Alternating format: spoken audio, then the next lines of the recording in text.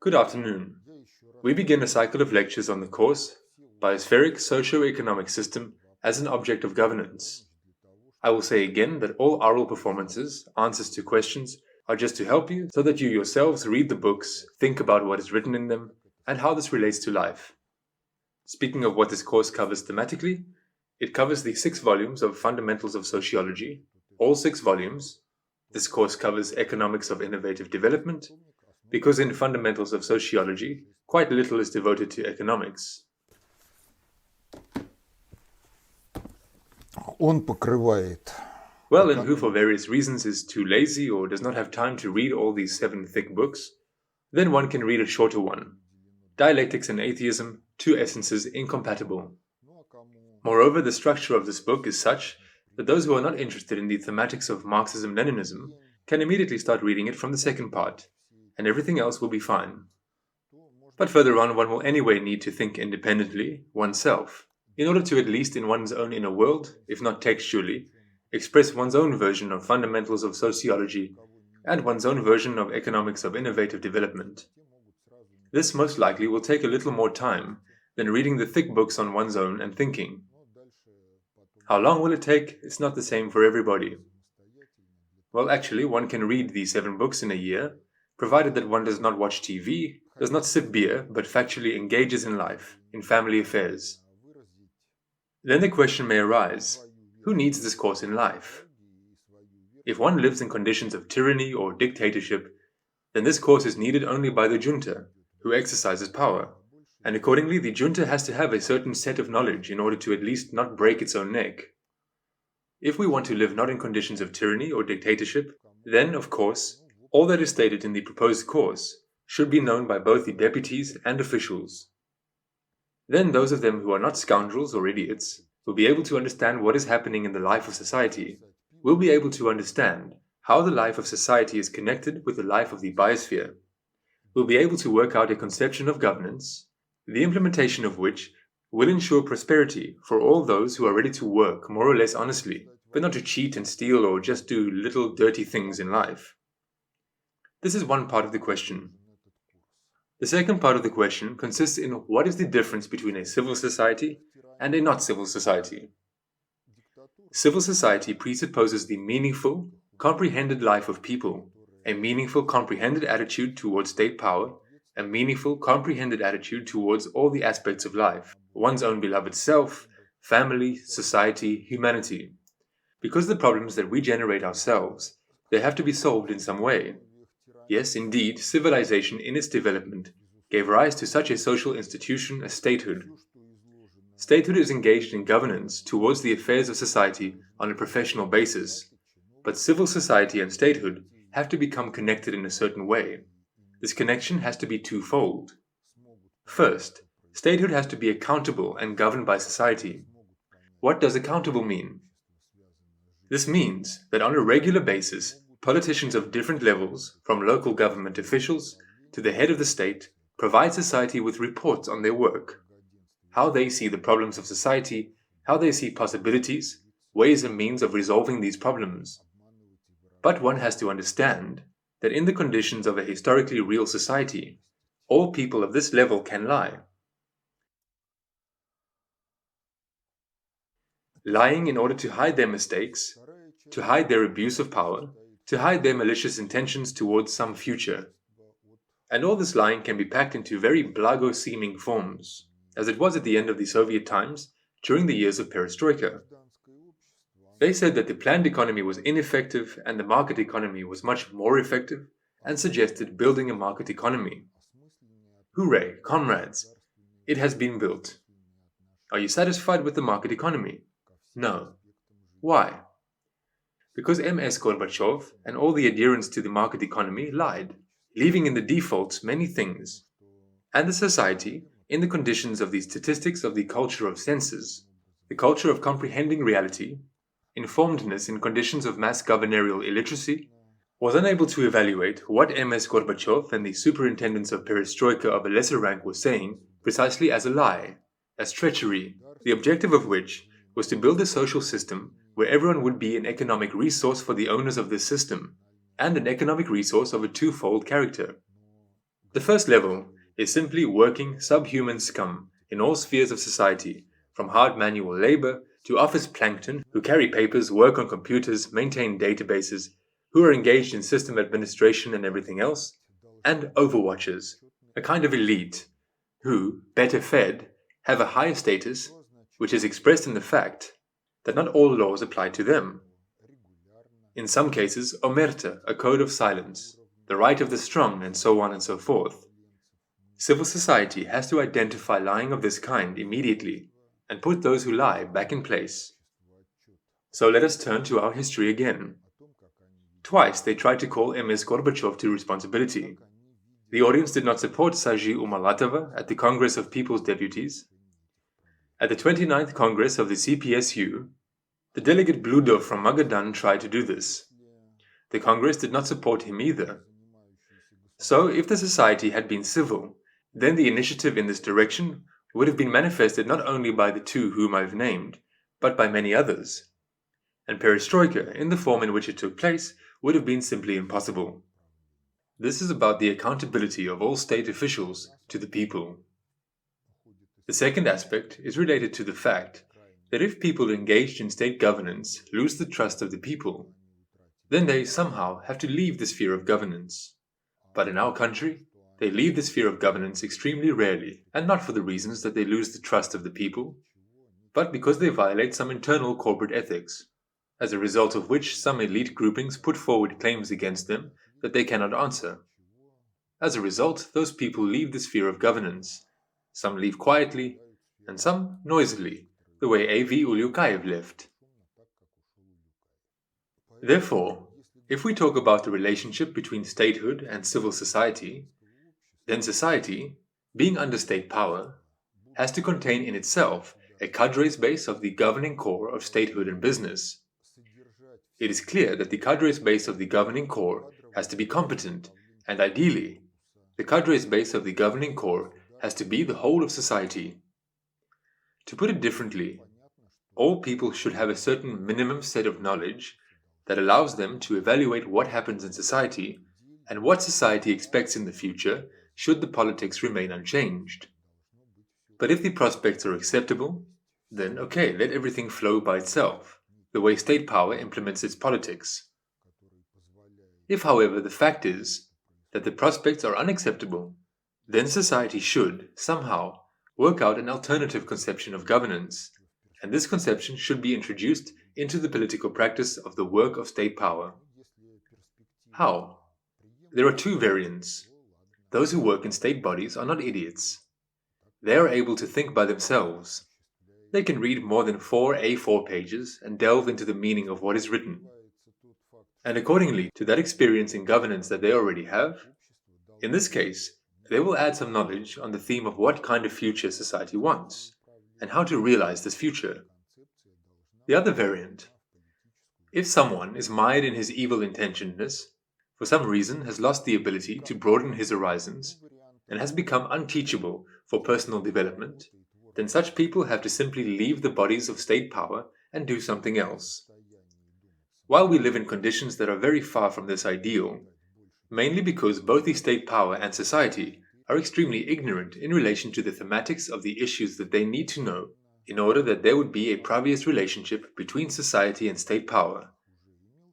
And for the politics of state power to ensure prosperity of all in the continuity of generations and an increase in the quality of life in the direction from the present to the future. So far, this is far from being the case. There is such a deputy named Olga Yurievna Batalina. There was an incident with her during the discussion of the pension reform in the city of Marx. She failed to convince the voters that this reform was right. The other day, she appeared in one of the television programs and threw in such a phrase that the main thing in the work of a deputy is responsibility. But none of the deputies was held responsible for the abuse of legislative power, because there is no such article in the criminal or civil code of the Russian Federation.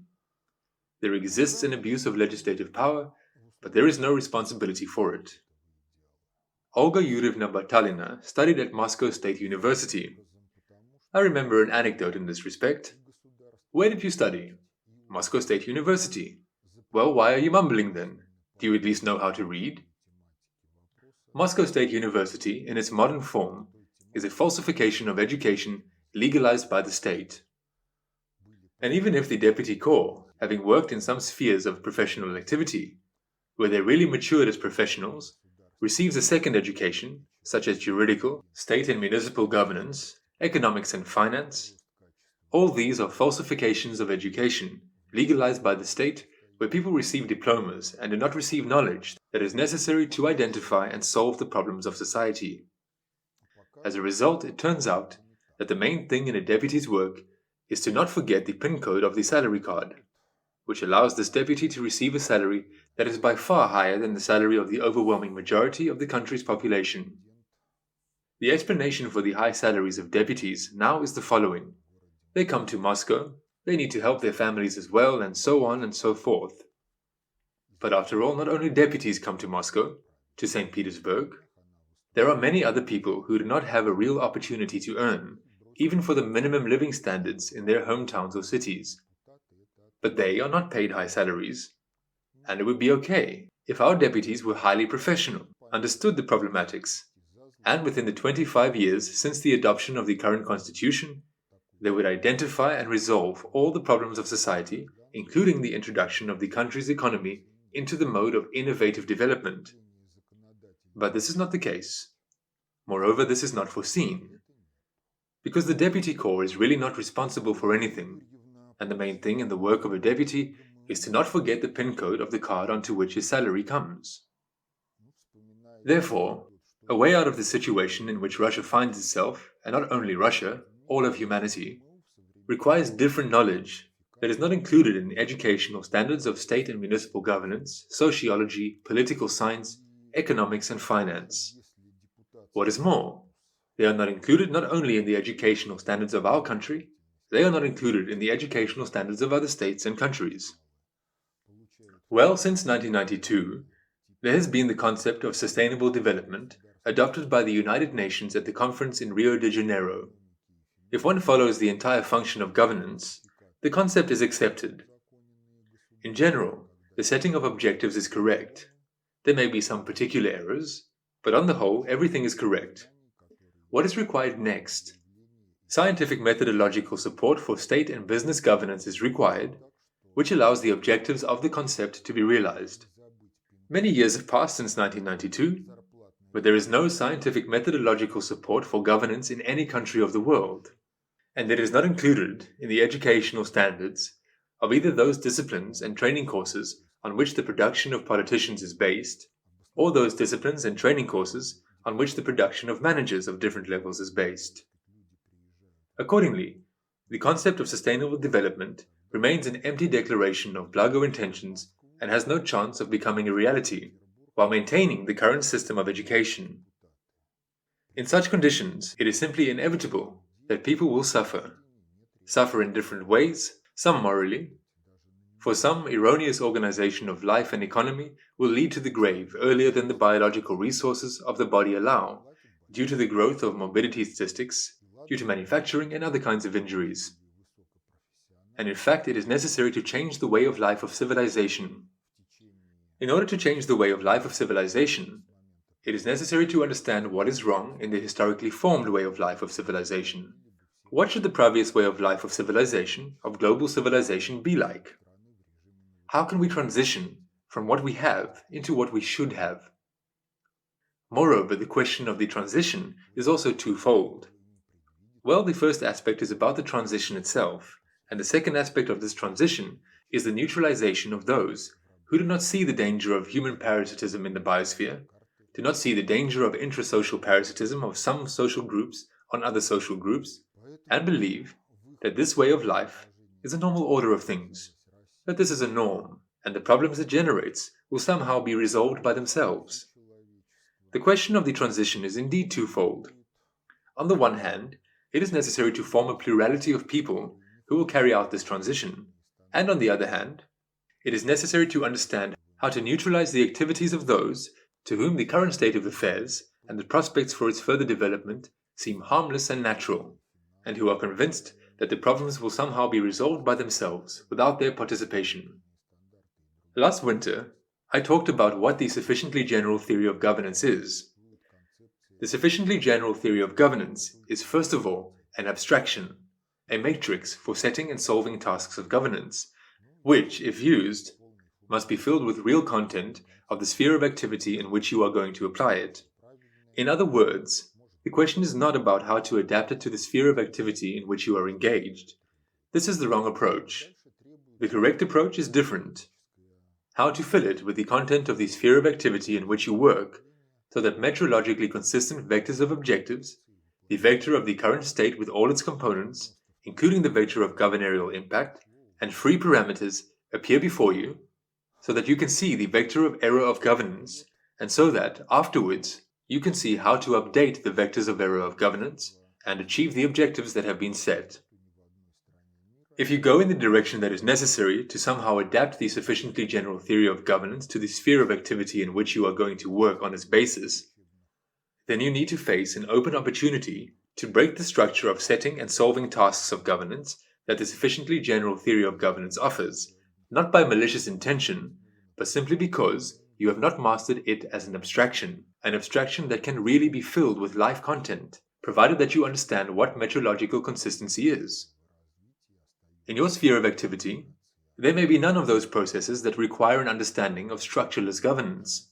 There may be no processes that require an understanding of governance based on virtual structures. There may be no processes that require a predictor-corrector scheme of governance. It may be a very primitive situation where you are even relieved of the need to solve the task of stability in terms of predictability of the object.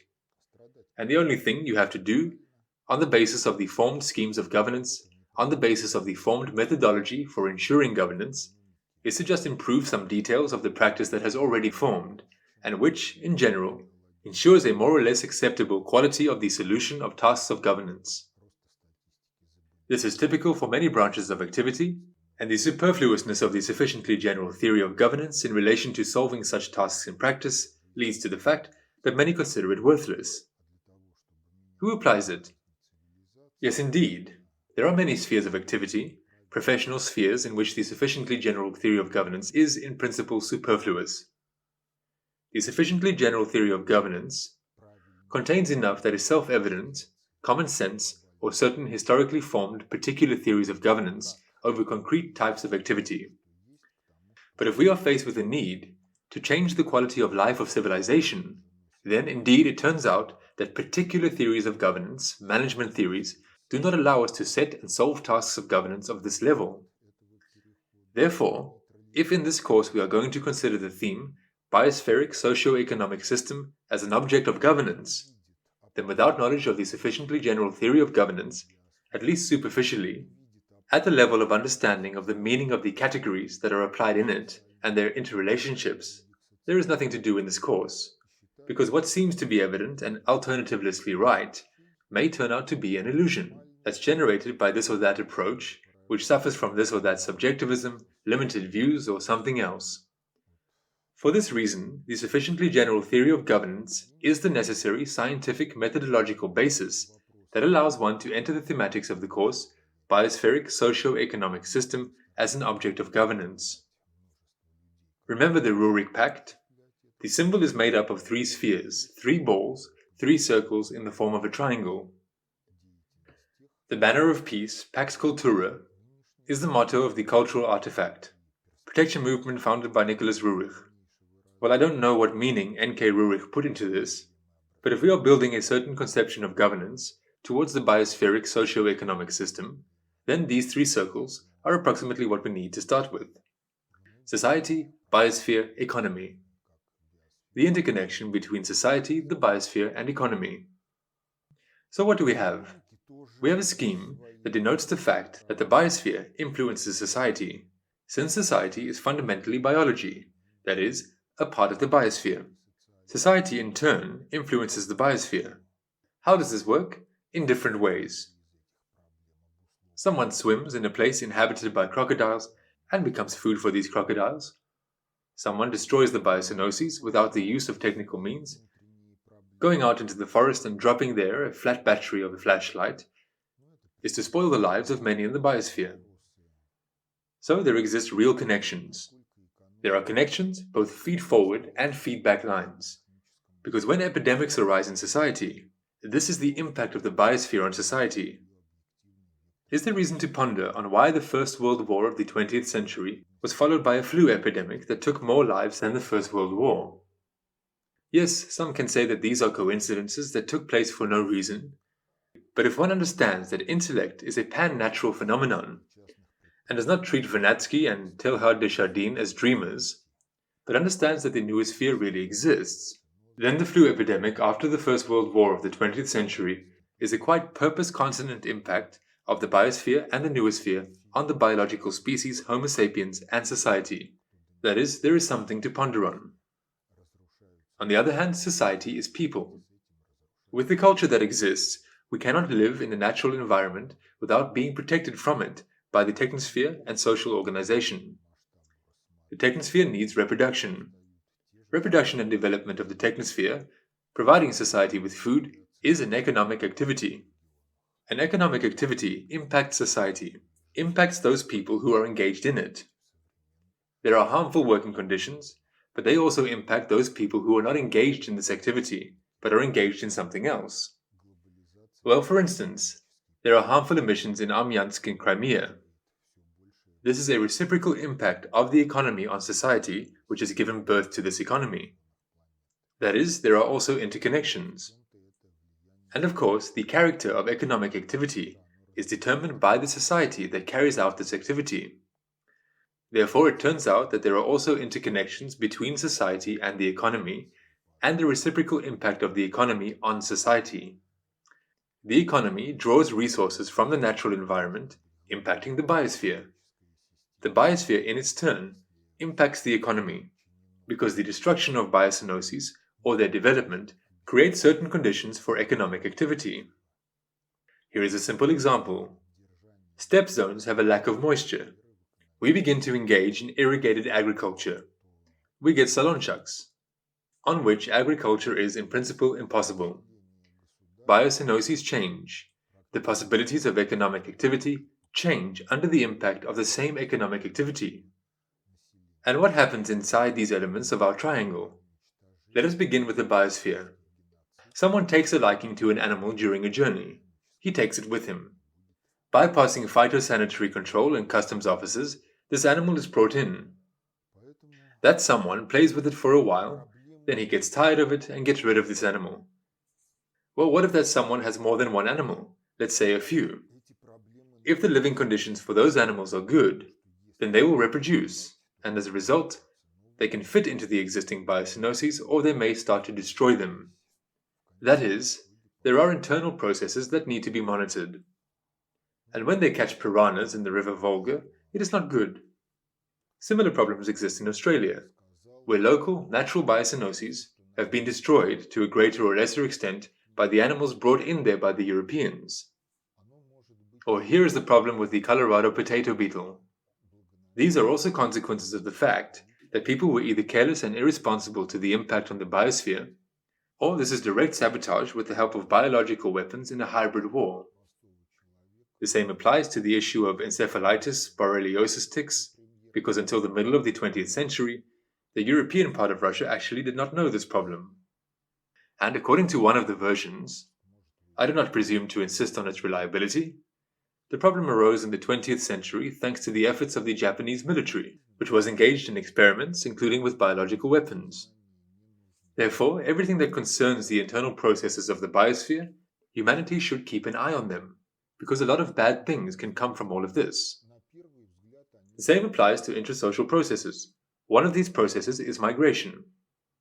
As a result, there is contact, interpenetration of two different cultures. And since cultures are information algorithmic systems, then this kind of interaction of cultures does not always turn out to be blago. And Europe is now dealing with this problem very closely. But the same problem concerns the Russian Federation, since the Russian Federation is a large state in terms of territory inhabited by many peoples. And while each of the peoples lived compactly in the region of the formation of their national culture, being the ethnic minority in that region, there were no special problems. But when mass immigration to other regions begins, and they try to impose norms of alien culture on the local population, and the state authorities take the position that there is no need to interfere in these questions, and the suppression of the aliens is a violation of their human rights, without thinking about the fact that at the same time there is a destruction of the cultures and societies that really are the masters of a particular territory within the Russian Federation. This is their native land and there is no other one. So the state power itself creates problems for the future. This also exists. Further on, the problems of education and healthcare. These are purely intrasocial problems. But many of these problems are conditioned by both the biosphere and the economy. The economy has its own internal problems. These are, first of all, questions. To what extent is the economy receptive to scientific technological progress?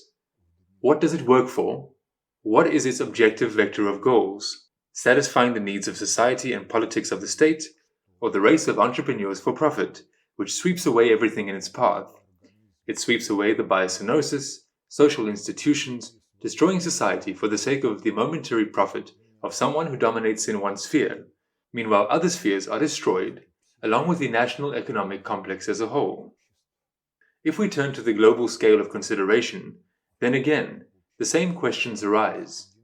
A change in the biosynoses in some regions is a change in climate and living conditions and economic activity in neighboring regions.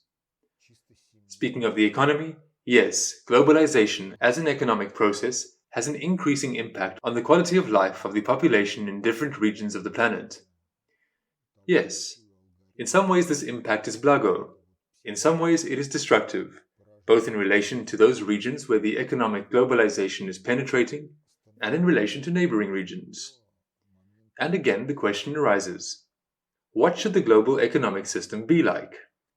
Because if everything is subordinated not to the tasks of ensuring the life of society, not to the tasks of maintaining the stability of the biosphere in economic activity, then even the entire population of states, in almost its entirety, can fall into the category of economically excess population, and it is doomed to destruction, to economic genocide, if the economic system is not replaced with another system.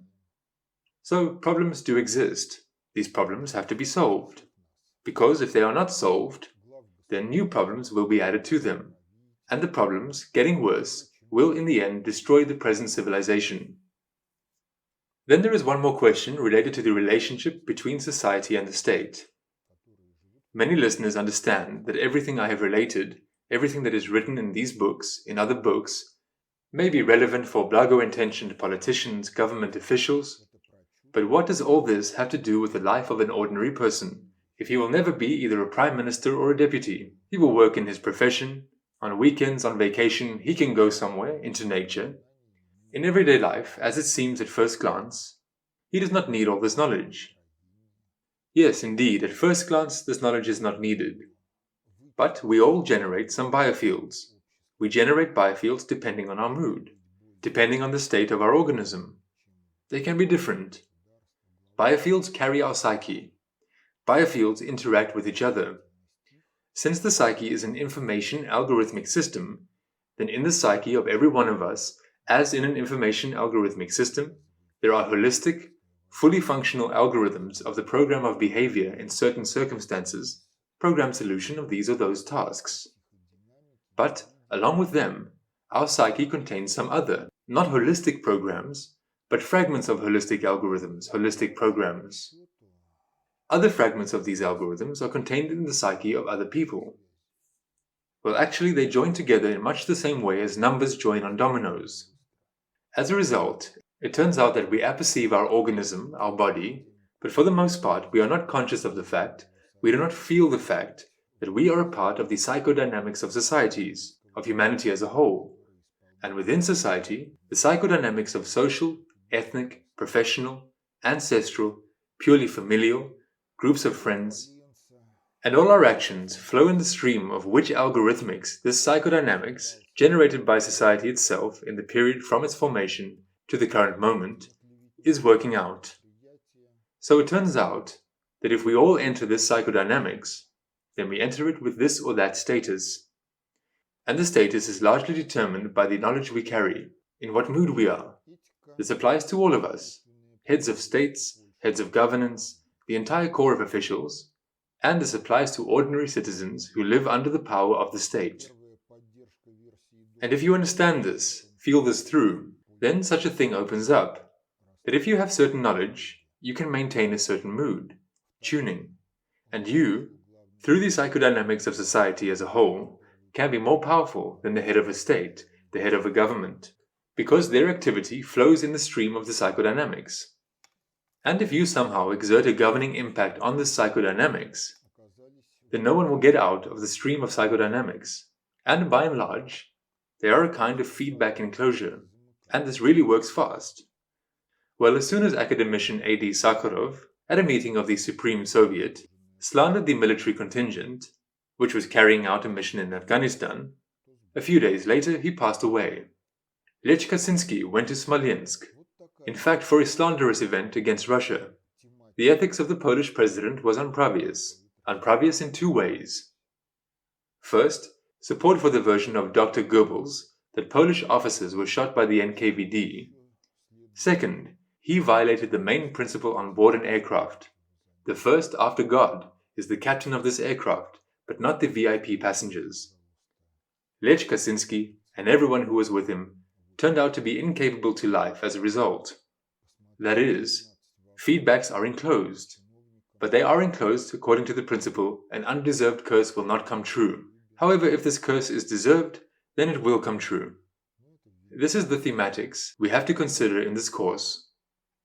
What else should you watch before the next lecture? Please watch the cycle of lectures at the Baltic State Technical University, 8 lectures in all, including 12 questions for officials.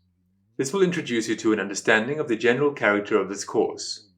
And further in the lectures which will be held, we will consider in more detail various questions related to the Biospheric-Social-Economic system as an object of governance and the relationship of those questions with each other.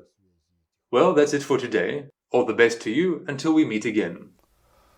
Ну а на сегодня все. Всего доброго. До свидания.